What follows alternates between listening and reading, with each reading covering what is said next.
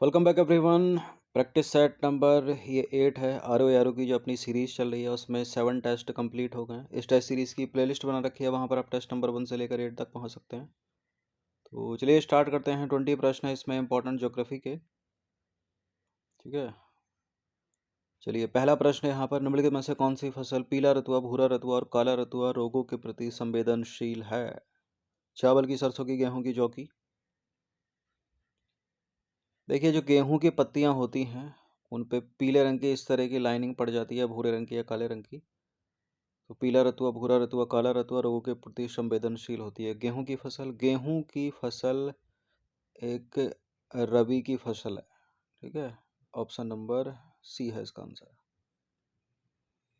गेहूं की फसल पीला रतुआ, भूरा और काला रतुआ रोग के प्रति संवेदनशील होती है। पीले रतुए का विशेष लक्षण वयस्क पौधों की पत्तियों पर पीले रंग की फुंसियों की समानांतर पंक्तियां होना है। क्वेश्चन नंबर 2 है, निम्नलिखित में से कौन सी फसल खरीफ की फसल नहीं है? खरीफ खरीफ खरीफ खरीफ सोयाबीन खरीफ की फसल है, कपास खरीफ की फसल है, जूट भी खरीफ की फसल है, सरसों रबी की फसल है। ये सब पता होना चाहिए। खरीफ की फसल कौन सी, रबी की फसल कौन सी, जायद की कौन कौन सी, कब कब बोई जाती है, कब कब काटी जाती हैं, वो भी। तो खरीफ की फसलों में चावल है, ज्वार है, मक्का है, कपास है, सोयाबीन है, मूंगफली है, बाजरा, रागी, जूट। और रबी की फसलों में गेहूं, मटर, दालें, सरसों आदि। जायद में खरबूजा, तरबूजा, ककड़ी, करेला, सूरजमुखी। ठीक है, जो जायद की फसल है वो खरीफ और रबी की फसल के बीच में उसका सीजन होता है। कथन कारण वाला ये स्टेटमेंट वाला प्रश्न है तीसरा। अभिकथन ए और उसका कारण है आर।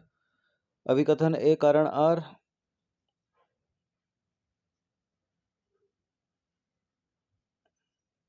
चलिए, तो अभिकथन ए है, कृष्णा और गोदावरी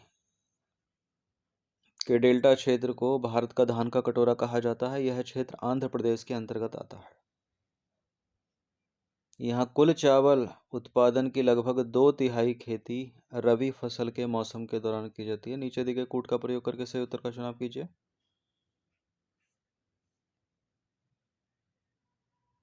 देखिए, जब धान का कटोरा कहा जा रहा है कृष्णा और गोदावरी के डेल्टा क्षेत्र को, तो धान तो खरीफ की फसल है ना। यहाँ कुल चावल उत्पादन की लगभग 2/3 खेती रबी फसल के मौसम के दौरान की जाती है। तो ये तो गलत हो जाएगा, दूसरा वाला। खरीफ होगा तो करेक्ट हो जाएगा, पहला वाला ही करेक्ट है केवल। तो अभिकथन ए सही है और कारण जो है वो आर गलत है। तो ए है इसका आंसर।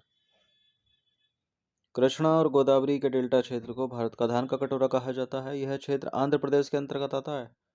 यहाँ कुल चावल उत्पादन की लगभग 2/3 खेती खरीफ फसल के मौसम के दौरान की जाती है। ठीक है, ना कि रबी। और यहाँ चावल के उत्पादन के लिए सबसे महत्वपूर्ण क्षेत्र रायलसीमा है, जो कृष्णा गोदावरी डेल्टा क्षेत्र तक फैला हुआ है। चावल की फसल के संबंध में निम्नलिखित में से कौन सा सही सुमेलित है? यह चावल की किस्म, यह ऋतु। अमन, ओस, बोरो। अमन के सामने शीत ऋतु की फसल शरद, ओस के सामने शरद ऋतु की फसल, बोरो के सामने ग्रीष्मकालीन फसल।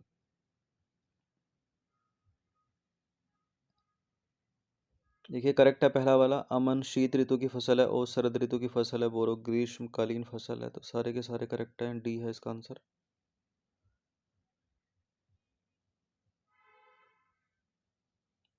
अमन जो है वो जून जुलाई में उसकी बुआई की जाती है, नवंबर दिसंबर में कटाई की जाती है, सर्दियों की फसल है। ओस मई जून में बुआई की जाती है, सितंबर अक्टूबर में कटाई की जाती है, शरद ऋतु की फसल है। बोरो नवंबर दिसंबर में बुआई, मार्च अप्रैल में कटाई, ग्रीष्मकालीन फसल है। क्वेश्चन नंबर 5, निम्नलिखित में से कौन सी गंगा नदी की एकमात्र सहायक नदी है जो मैदानी इलाकों से निकलती है? सोन, गोमती, गंगा, सरयू या शारदा। मैदानी इलाकों से निकलती है गोमती नदी, सी है इसका आंसर, फुलहर झील से निकलती है। गोमती नदी जो है वो गंगा के मैदान की एक जलोढ़ नदी और गंगा की महत्वपूर्ण सहायक नदियों में से एक मेन कोट के पास गोमल ताल झील से निकलती है, जिसे उत्तर प्रदेश के पीलीभीत शहर की फुलहर झील भी कहा जाता है। तो सी करेक्ट हो गया। गोमती नदी की विभिन्न सहायक नदियां गचाई, सई, जोमकाई, वरना, चूहा, सरयू, गिरी, कल्याणी और कठना है। क्वेश्चन नंबर 6, महोगनी, एनी, आबनूस, शीशम निम्नलिखित में से किस प्रकार की वन श्रेणियों से संबंधित है?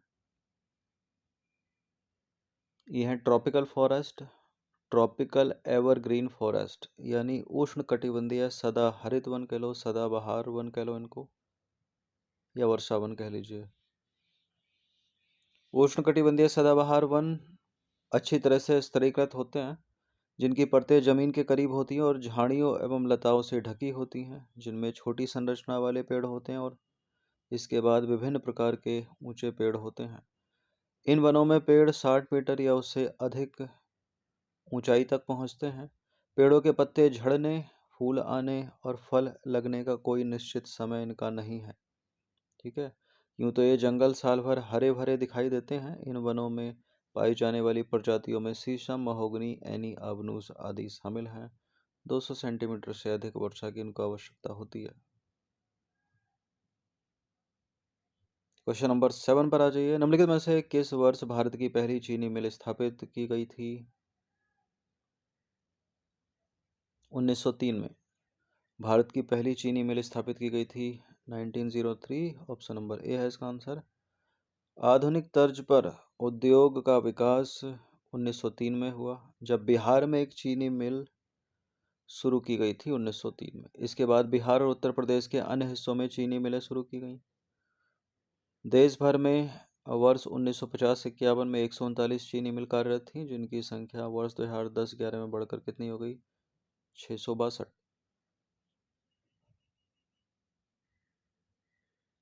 राजस्थान का झुंझुनू, मध्य प्रदेश का बालाघाट और झारखंड का सिंहभूम निम्नलिखित में से किस खनिज के खनन के लिए प्रसिद्ध हैं? तांबा। ठीक है, ऑप्शन नंबर बी।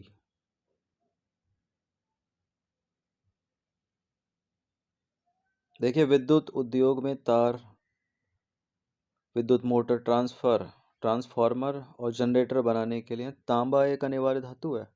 तांबे का भंडार मुख्य रूप से झारखंड में सिंहभूम जिला, मध्य प्रदेश में बालाघाट जिला, राजस्थान में झुंझुनू और अलवर जिलों में होता है। तांबे के छोटे उत्पादक आंध्र प्रदेश के गुंटूर जिला, अग्निगुंडला, कर्नाटक के चित्रदुर्ग और हसन जिलों और तमिलनाडु का दक्षिण आरकोट जिला हैं। तो बी करेक्ट हो जाएगा। निम्नलिखित में से कौन सा उच्चतम गुणवत्ता वाला कठोर कोयला है? जिसमें कार्बन का प्रतिशत सबसे अधिक होगा वो उच्चतम गुणवत्ता वाला कोयला होता है। एंथ्रेसाइट कोयला में 85 से 95% कोयला होता है, या 80 से 90% कोयला होता है। तो एंथ्रेसाइट कोयला सबसे अच्छा। उससे कम गुणवत्ता वाला बिटुमिनस, उससे कम गुणवत्ता वाला लिग्नाइट, उससे कम गुणवत्ता वाला पीट।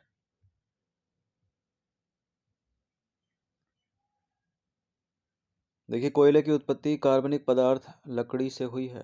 जब जंगलों के बड़े हिस्से तलछट के नीचे दब जाते हैं और नीचे से ताप और ऊपर से दबाव के कारण लकड़ी जल जाती है और विघटित हो जाती है, इस प्रक्रिया से कोयला बनता है। लेकिन इस प्रक्रिया को पूरा होने में सदियां लग जाती हैं, हजारों साल।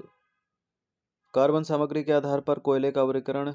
एंथ्रेसाइट कोयला यह उच्चतम कैलोरी युक्त सर्वोत्तम गुणवत्ता वाला कोयला है और इसमें 80 से 95% कार्बन होता है। ठीक है, यह नीली लौ के साथ धीरे धीरे ताप उत्पन्न करता है और यह केवल जम्मू कश्मीर में काफ़ी कम मात्रा में पाया जाता है। ठीक है, जम्मू कश्मीर में है, वो भी काफ़ी कम मात्रा में। इसके बाद बिटुमिनस आता है। बिटुमिनस में कोयले का प्रतिशत 60 से 80% है। उसके बाद लिग्नाइट आता है। लिग्नाइट में 40 से 55% कार्बन होता है। और उसके बाद आता है पीट कोयला, उसका कम कैलोरी मान है और 40% से कम कार्बन सामग्री वाली लकड़ी से कोयले में परिवर्तन का पहला चरण है ये। क्वेश्चन नंबर 10 पर आ जाइए। निम्नलिखित में से कौन सा एक सही सम्मिलित नहीं है, मिसमैच है यहाँ पर। विषुव, ग्रीष्म ऐनात, विषुव, शीतकालीन ऐनात। विषुव को बोलते हैं इक्विनॉक्स, ठीक है। 21 मार्च को होता है एक ये, और दूसरा होता है 22 सितंबर को। यहाँ अगस्त लिखा है तो ये गलत है। ग्रीष्म ऐनात यानी समर सॉल्स्टिस 21 जून को होता है, और दूसरा होता है विंटर सॉल्स्टिस, ये होता है 22 दिसंबर को।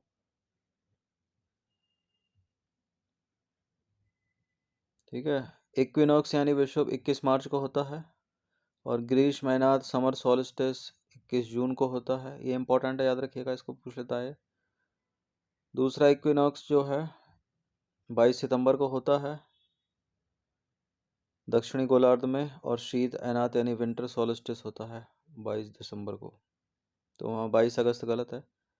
निम्नलिखित में से कौन सा जो है सही सम्मिलित नहीं है यहाँ पर। यह ज्वालामुखी संबंधित देश Aconcagua Argentina, Cotopaxi Ecuador, Etna Italy, Fujiyama Philippines. Fujiyama Japan में है, फिलीपींस में नहीं है। ऑप्शन नंबर डी है इसका आंसर। तो एंकाकागुआ अर्जेंटीना में, कोटोपेक्सी इक्वाडोर में, एटना इटली में, फ्यूजियामा जापान में। अलग अलग कॉम्पिटिटिव एग्जाम में कई बार इन चारों को पूछा गया है। क्वेश्चन नंबर 12 पर आ जाइए। दो कथन, दो में से कोई एक गलत होगा, या दोनों गलत हो सकते हैं, दोनों सही हो सकते हैं। वायुमंडलीय संरचना के संबंध में निम्नलिखित कथनों पर विचार करेंगे। 120 किलोमीटर की ऊंचाई पर ऑक्सीजन लगभग नगण्य मात्रा में होती है। कार्बन डाइऑक्साइड और जलवाष्प पृथ्वी की सतह से केवल 200 किलोमीटर की दूरी तक पाए जाते हैं। कार्बन डाइऑक्साइड और जलवाष्प पृथ्वी की सतह से 200 किलोमीटर की दूरी बहुत ज़्यादा है, ठीक है। केवल 90 किलोमीटर की दूरी तक पाए जाते हैं, तो गलत है दूसरा वाला, पहला वाला यहाँ पर करेक्ट है। तो पूछा क्या है, सही पूछा है, सही पूछा गलत पूछा है, कुछ पता ही नहीं चल रहा है। यही आंसर है इसका। चलिए, कि अकॉर्डिंग टू स्टेटमेंट आंसर बनेगा वो ए बनेगा। पृथ्वी का वायुमंडल गैसों, जलवाष्प, धूल कणों से बना है। वायुमंडल की ऊपरी परतों में गैसों का अनुपात इस प्रकार बदलता रहता है कि 120 किलोमीटर की ऊंचाई पर ऑक्सीजन लगभग नगण्य मात्रा में होगी, और इसी प्रकार कार्बन डाइऑक्साइड और जलवाष्प, जलवाष्प को बोलते हैं वाटर वेपर, पृथ्वी की सतह से 90 किलोमीटर तक ही पाए जाते हैं। जो 200 लिखा था वो गलत है।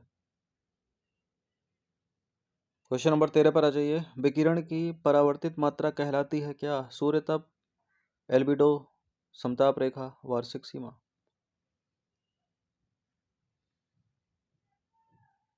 सूर्य ताप ज्यादा सही है, एल्बिडो कहलाती है ये, ठीक है। एल्बिडो एक तरह से परावर्तन क्षमता है। पृथ्वी पर हर एक जो चीज उपलब्ध है उसका एक एल्बिडो होता है, ठीक है। और वो चीज जितनी सफेद होगी उसका एल्बिडो उतना ही अधिक होगा। जैसे कि सर्वाधिक जो एल्बिडो होगा वो फ्रेश स्नो का होगा, यानी सबसे ज़्यादा वो सूर्य के प्रकाश को जैसे ही उस पर पड़ेगा परावर्तित कर देगी। कितना कर देगी, 80 से 90% या 80 से 85% वो परावर्तित कर देगी फ्रेश स्नो का, या जो ग्लेशियर होते हैं वो। उसके बाद जो बड़े क्लाउड होते हैं वही 70 से 80% परावर्तित करते हैं सूर्य के प्रकाश को। जो फॉरेस्ट है वो 10 से 20% परावर्तित करेगा, ठीक है। जो ग्रास है वो 25 से 30% परावर्तित करेगी। जो काली डांबर वाली रोड है वो बहुत कम परावर्तित करेगी, ठीक है, 5 से 10% केवल। जो थिन क्लाउड होते हैं वो भी परावर्तित करते हैं 25 से 30%। फॉर एग्जाम्पल, अगर कोई जून की गर्मी में एक सफ़ेद छाता और एक काला छाता लेकर चल रहा है, तो किस छाते का एल्बिडो अधिक होगा, सफ़ेद वाले छाते का, क्योंकि वो ज़्यादा सूर्य के प्रकाश को परावर्तित करेगा, और काला वाला तो अब्जॉर्ब करेगा। इस तरह से होता है। तो इसका आंसर हो जाएगा ऑप्शन नंबर बी। तो एल्बिडो जो है किसी वस्तु द्वारा परावर्तित दृश्य प्रकाश का प्रतिशत पृथ्वी का एल्बिडो कहलाता है। बाकी सूर्य तप क्या है, सूर्य से आने वाला सौर विकिरण है। समताप रेखाएं, समताप समान तापमान वाले स्थानों को मिलाने वाली रेखाएं कहलाती हैं समताप रेखाएं। वार्षिक सीमा क्या है, सबसे गर्म और सबसे ठंडे महीनों के औसत तापमान के बीच का अंतर है वार्षिक सीमा। क्वेश्चन नंबर 14 पर आ जाइए। निम्नलिखित में से कौन सा कारक या कौन से कारक पृथ्वी पर तापमान विकिरण को नियंत्रित करता है या करते हैं? अक्षांश, ऊंचाई, महासागरीय धाराएं। नीचे दिए गए कूट का प्रयोग करके सही उत्तर का चुनाव कीजिए। पृथ्वी पर तापमान वितरण को नियंत्रित करते हैं अक्षांश, ऊंचाई, समुद्र से दूरी और महासागरीय धाराएं भी। 1 2 3 डी है इसका आंसर। तापमान वितरण को नियंत्रित करने वाले स्थायी कारक उत्तरदायी कारक अक्षांश है, ऊंचाई है, समुद्र से दूरी, वायु राशि और महासागरीय धाराएं। क्वेश्चन नंबर 15 पर आ जाइए। उष्णकटिबंधीय चक्रवात के संबंध में निम्नलिखित में से कौन सा सही सुमेलित नहीं है? यह है उष्णकटिबंधीय और यह चक्रवात क्षेत्र। देखिए, चक्रवात है यानी साइक्लोन, वो हिंद महासागर में उसको कहा जाता है, अटलांटिक महासागर में हरिकेन कहा जाता है, पश्चिमी प्रशांत महासागर में टाइफून कहा जाता है। पूर्वी लिखा है गलत है। ऑस्ट्रेलिया में बिली बिली है, ठीक है, खासकर पश्चिमी ऑस्ट्रेलिया में, बहुत पूछा जाता है एग्जाम्स में। इस बार तो यूपी पीसीएस में, उत्तर प्रदेश पीसीएस में बहुत ही घटिया प्रश्न बनाए, अच्छे प्रश्न पूछे ही नहीं गए। उष्णकटिबंधीय चक्रवात तेज तूफान है जो उष्ण कटिबंधीय महासागरों के ऊपर बनते हैं और फिर तट की ओर बढ़ते हैं। ये चक्रवात तूफानी लहरों, शक्तिशाली पवनों और अत्यधिक वर्षा के साथ विशाल क्षेत्रों के लिए विनाशकारी हैं। यह अब तक की सबसे भयानक प्राकृतिक आपदाओं में से एक है, साइक्लोन। तो हिंद महासागर में चक्रवात कहलाते हैं, अटलांटिक महासागर में हरिकेन, पश्चिमी प्रशांत महासागर में टाइफून है, न कि पूर्वी, और पश्चिमी ऑस्ट्रेलिया में विली विली। क्वेश्चन नंबर 16 पर आ जाइए। वह घटना जब ठोस वस्तुओं की ठंडी सतहों पर पानी की बूंदों के रूप में नमी जमा हो जाती है कहलाती है ओस, पाला, कोहरा, कुहासा। ये कहलाती है ओस, इंग्लिश में बोलते हैं इसको ड्यू, ठीक है। ये वर्ड आपने सुना होगा जो क्रिकेट देखता होगा और कमेंट्री सुनता होगा।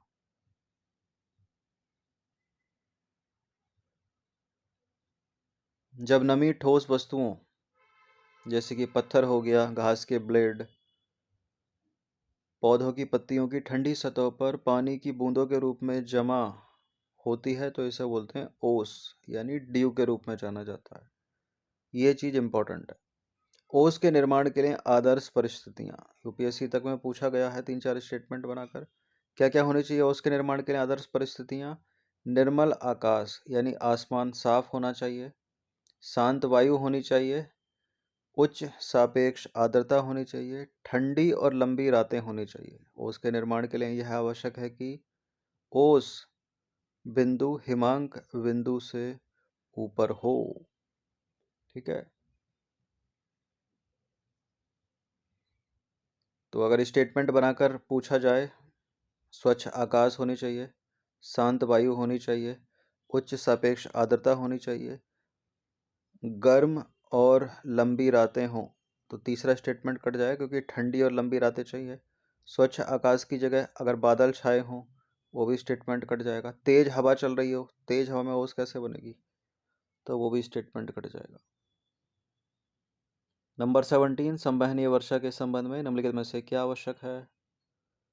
जल निकाय की उपस्थिति, चक्रवात निर्माण, वायु के ऊपर चढ़ने के लिए पर्वत की उपस्थिति, वायु का गर्म होना। संवहनीय वर्षा के संबंध में आवश्यक है वायु का गर्म होना। ऑप्शन नंबर ए है इसका आंसर। देखिए, गर्म होने पर वायु जो है वो हल्की होती है और संवहन धाराओं के रूप में ऊपर उठती है। जैसे जैसे ये ऊपर उठती है और फैलती है वैसे ही यह अपनी ऊष्मा खो देती है तथा परिणाम स्वरूप संघनन होता है, इंग्लिश में कंडेंसेशन बोलते हैं इसको, और संचयी बादल बनते हैं। तत्पश्चात गड़गड़ाहट और बिजली चमकने के साथ भारी वर्षा होती है, लेकिन यह अधिक समय तक नहीं रहती। और ऐसा मेनली बताया कहाँ होता है? इक्वेटर पर, भूमध्य रेखा जहाँ से गुजरती है ना, उन देशों में खासकर, ठीक है। गर्मियों या दिन के गर्म हिस्सों में ऐसी वर्षा सामान्य है। यह भूमध्य रेखीय क्षेत्रों और महाद्वीपों के आंतरिक भागों विशेषकर उत्तरी गोलार्ध में अधिक सामान्य है।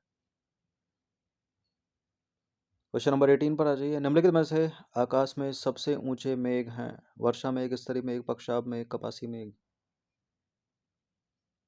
सबसे ऊंचे मेघ हैं पक्षाभ मेघ। 8,000 से 12,000 मीटर की ऊंचाई पर ये पाए जाते हैं।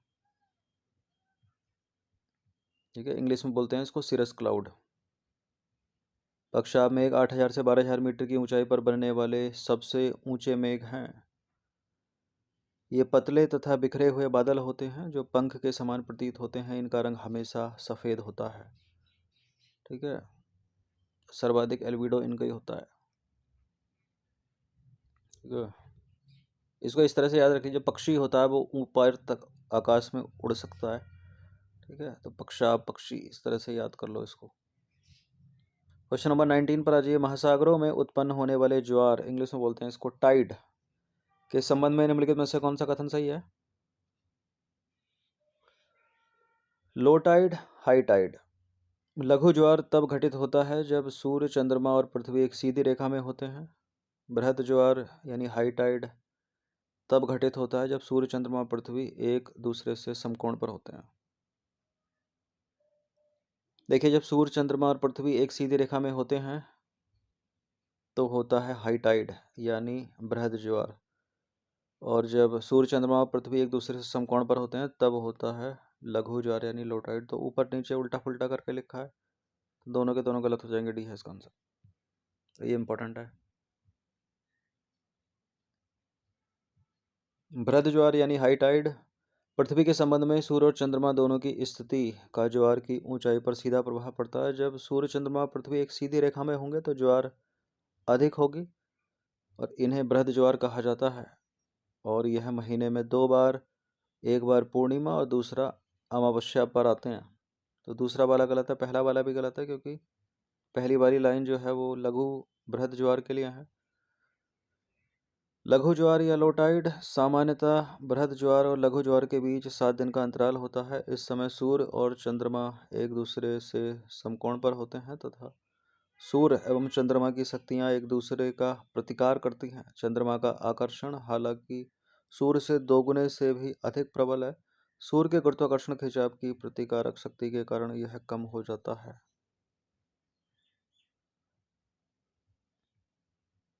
क्वेश्चन नंबर 20 पर आज अंतिम प्रश्न है। निम्नलिखित में से किस झील की लवणता सर्वाधिक है? कैस्पियन सागर या कैस्पियन झील, ग्रेट सॉल्ट लेक, मृत सागर, तुर्की की बान झील। किसकी है? डेड सी की है सबसे ज्यादा, मृत सागर की? मृत सागर की है 238। ठीक है, और लेक वान की, तुर्की की जो वान झील है उसकी लवणता सर्वाधिक है 300 प्लस। तो ए है इसका आंसर। तुर्की की वान झील की लवणता 330 प्रति हजार है। यह दुनिया की सबसे ज्यादा लवणीय झील है। जल निकायों में सर्वाधिक लवणता तुर्की में वान झील की 330 है, मृत सागर की 238 है, ग्रेट सॉल्ट लेक 220 है और कैस्पियन झील की है 12.8। ठीक है, इस प्रश्न को थोड़ा सा और अगर हम टफ बनाएं तो बढ़ते हुए क्रम में इन झीलों की लवणता को रखिए। तो सबसे पहले आ जाएगी कैस्पियन झील, उसके बाद ग्रेट सॉल्ट लेक, तीसरे पर आ जाएगी मृत सागर और चौथे पर आ जाएगी लेक वान।